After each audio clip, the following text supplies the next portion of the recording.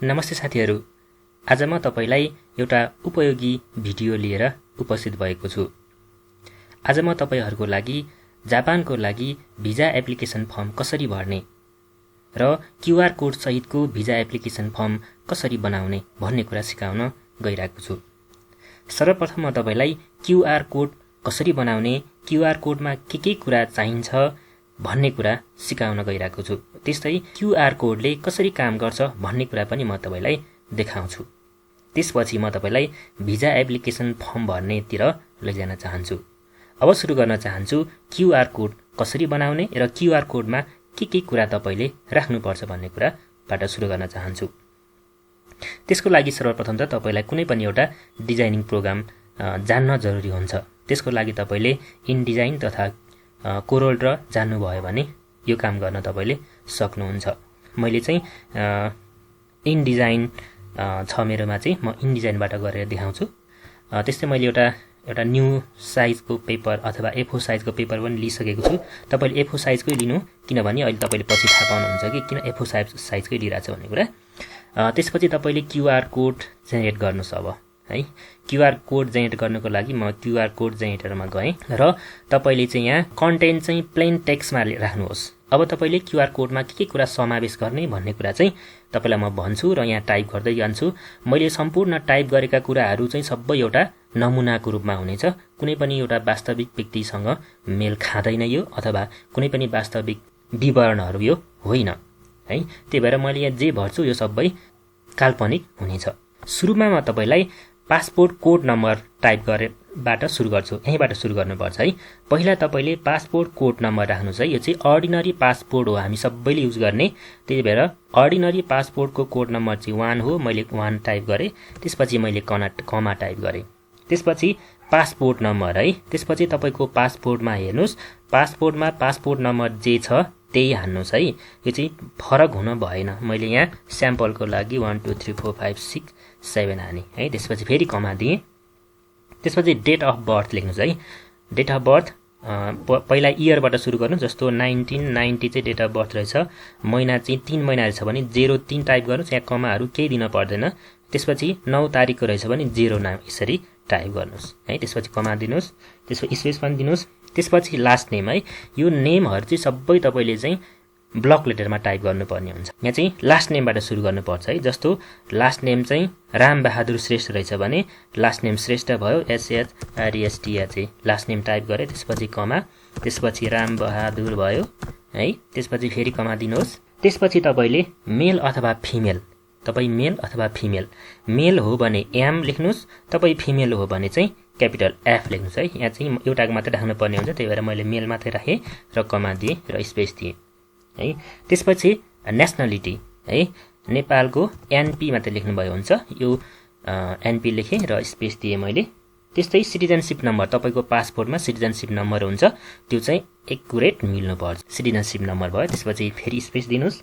त्यसपछि कम्पनीको नेम अथवा ग्यारेन्टर, जस्तो तपाई चाहिँ वर्किङ भिजामा जाँदै हुनुहुन्छ भने तपाईको कम्पनीको नाम लेख्नुहोस्। जस्तो मैले sony.co.ltd लेखेँ है। जस्तो यो कम्पनी रहेछ। तपाईलाई यो वर्किङ भिजामा जानेलाई चाहिँ अब कम्पनीले चाहिँ स्पोन्सर गरी बोलाउँछ भने, जस्तो कुनै डिपेन्डेन्टमा जाने हुन्छ, कुनै अरु कुनै भिसामा जाने हुन्छ, त्यो चाहिँ ग्यारेन्टर हुन्छ, व्यक्तिको नाम हुन्छ। त्यसपछि मोबाइल नम्बर चाहिँ उता कम्पनीतिरको दिनुस् है। जुन तपाई जापान जाँदै हुन्छ भने जापानतिरको नम्बर दिनु। जस्तो 081 यस्तो रहेछ। इक्जाम्पलको लागि मैले सब इक्जाम्पलको लागि टाइप गरिरहेको छु। र अर्को भनेको त्यसपछि तपाईले फुल एड्रेस, जापानको फुल एड्रेस है। 01 कमा दिए मैले, यस्तो रहेछ। अनि समथिङ छ। यहाँ ABCD मैले जे पाएँ त्यही टाइप गरेँ र लास्टमा चाहिँ तपाईको सिटीको नाम हुन्छ त्यहाँ। जस्तो टोकियो रहेछ है, अनि जापान। यसरी फुल एड्रेस टाइप गर्नुस्। यो चाहिँ क्यूआर कोडको लागि तपाईले आफ्नो इन्फर्मेसन सबै रेडी गरिसक्नु भयो। अब क्यूआर कोड जेनेरेट गर्नुस् है त। यहाँबाट मैले ओके क्लिक गरेँ। क्यूआर कोड चाहिँ कहाँनिर राख्ने भन्ने कुरा चाहिँ हामीले फर्म हेर्नुस् है। पहिला तपाईको A4 साइज अथवा प्रिन्ट गर्ने फर्म हेर्नुस्। त्यो फर्मको यो कर्नरमा चाहिँ त्यहाँ खाली ठाउँ रहेको हुन्छ है। तपाईले नत्र तपाईले स्केलले मेजरिङ गरेर कहाँनिर राख्ने भनेर ठ्याक्कै पनि मिलाउन सक्नुहुन्छ। अब तपाई डिजाइनिङ सम्बन्धी कुनै पनि प्रोग्राम चलाउन सक्नुहुन्छ भने तपाईलाई मैले कुरा भनिराख्नु पर्दैन। तर डिजाइनिङ सम्बन्धी कुनै पनि प्रोग्राम चलाउन जान्नुहुन्न भने चाहिँ फेरि यो काम गर्न अलिकति गाह्रै हुन्छ तपाईलाई है। त्यही भएर मैले यो कर्नरमा राखेँ। यो कर्नरमा चाहिँ त्यो फर्मको स्पेस खाली हुन्छ र मैले यति ठाउँमा चाहिँ मैले क्युआर कोड राखेँ। यो चाहिँ क्युआर कोड जेनेरेट भयो। अब तपाईलाई यो क्युआर कोड चाहिँ ठिक छ कि छैन, अथवा तपाईले गर्नुभएको अथवा तपाईले टाइप गर्नुभएको इन्फर्मेसन चाहिँ यहाँ सबै आयो कि आएन भनेर फेरि तपाईलाई चेक गर्न पनि सक्नुहुन्छ। यो चाहिँ म मोबाइलबाट स्क्यान गरेर म अब यो क्रिएट भएको क्युआर कोडलाई कसरी रिड गर्ने भनेर म आफ्नो मोबाइल अथवा डिभाइसलाई खोलिसकेको छु। अब म यसलाई स्क्यान गरेर देखाउँछु तपाईलाई।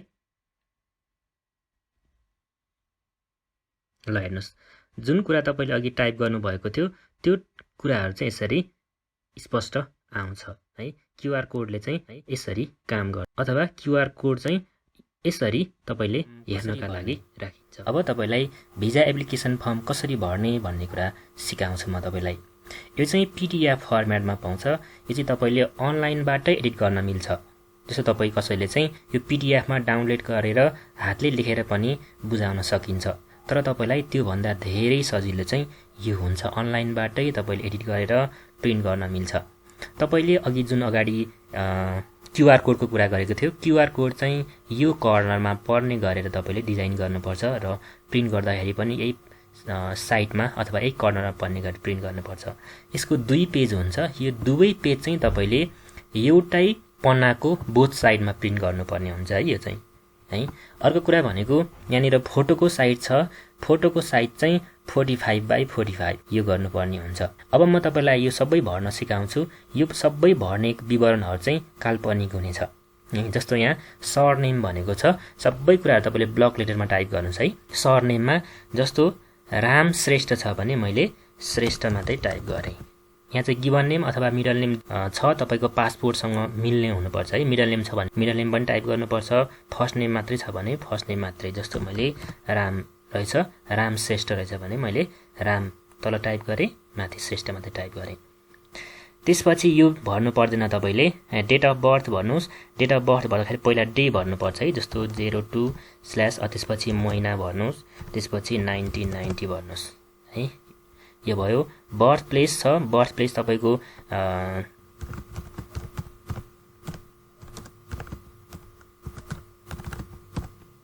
है।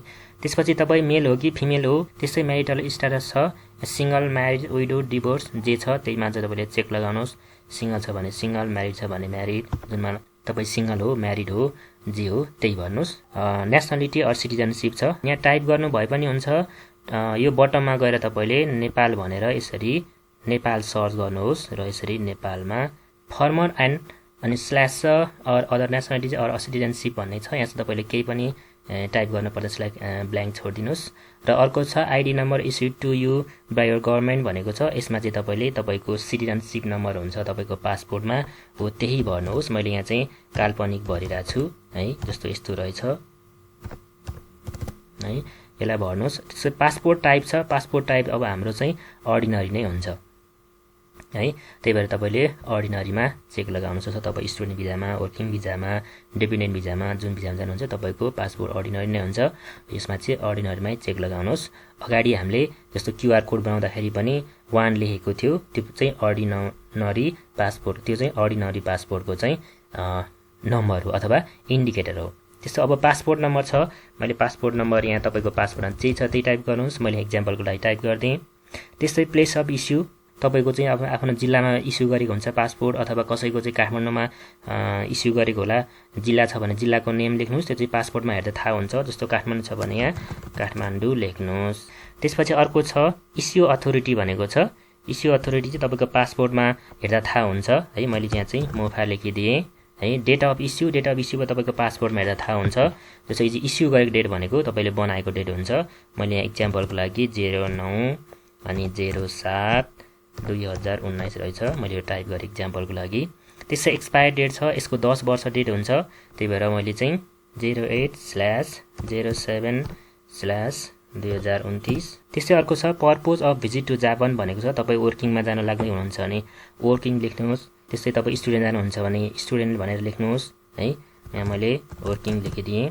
त्यसै छ intended length of stay in Japan भनेको छ यो चाहिँ तपाईँको COE मा लेखेको हुन्छ। जस्तो 1 इयर छ भने 1 इयर लेख्नुहोस्, COE मा 6 मन्थ छ भने 6 मन्थ लेख्नुहोस्, 2 इयर छ भने 2 इयर, 5 छ भने 5, 3 छ भने 3, त्यहाँ जति छ त्यति लेख्नुहोस् है। जस्तो सामान्यतया अहिले वर्किङ भिजाहरूको 1 इयरको आउँछ, स्टुडेन्टको पनि सामान्यतया 1 इयरको आउँछ, त्यही भएर मैले 1 इयर नै लेखेँ है।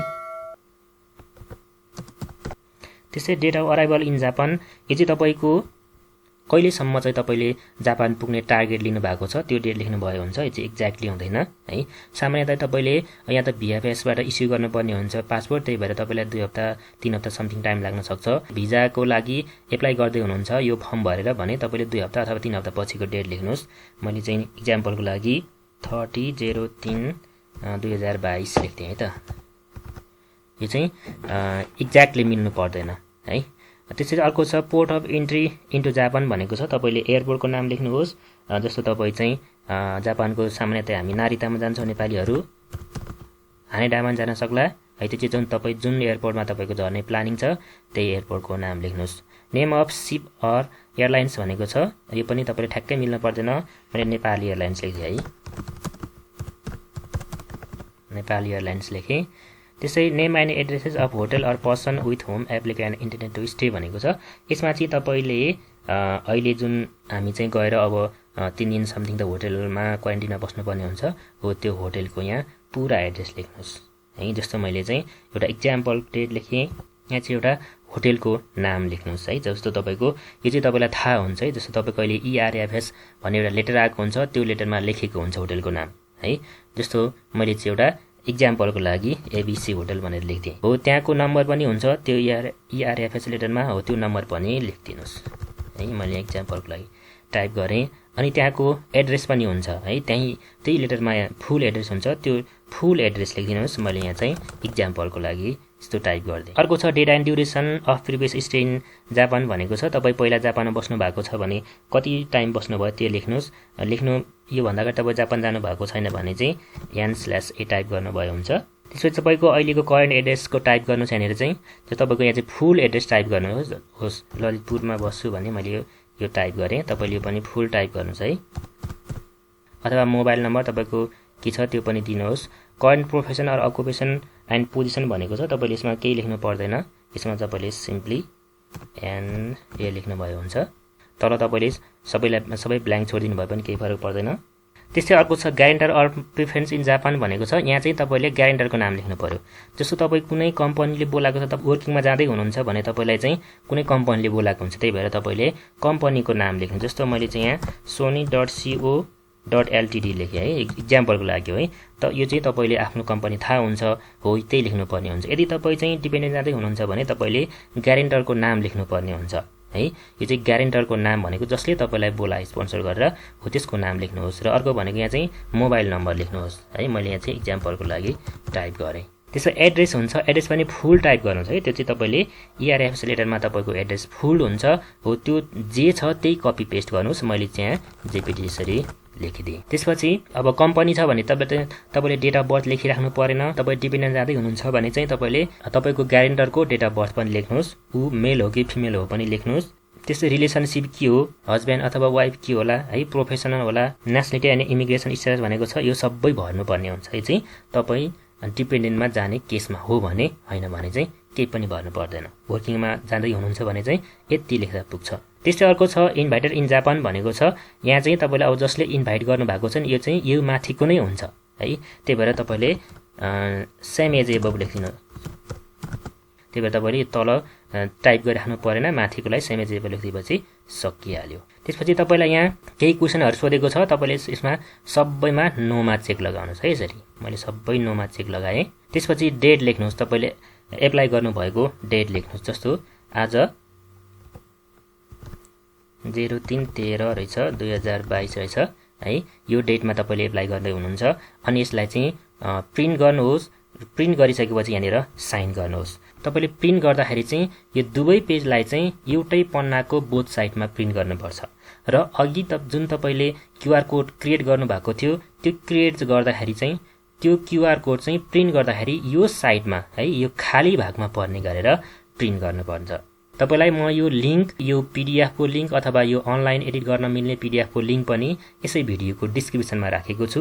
तपाईले हेर्न सक्नुहुन्छ, त्यहाँबाट पनि यो फर्म भर्न सक्नुहुनेछ। तपाईलाई आजको भिडियो कस्तो लाग्यो त?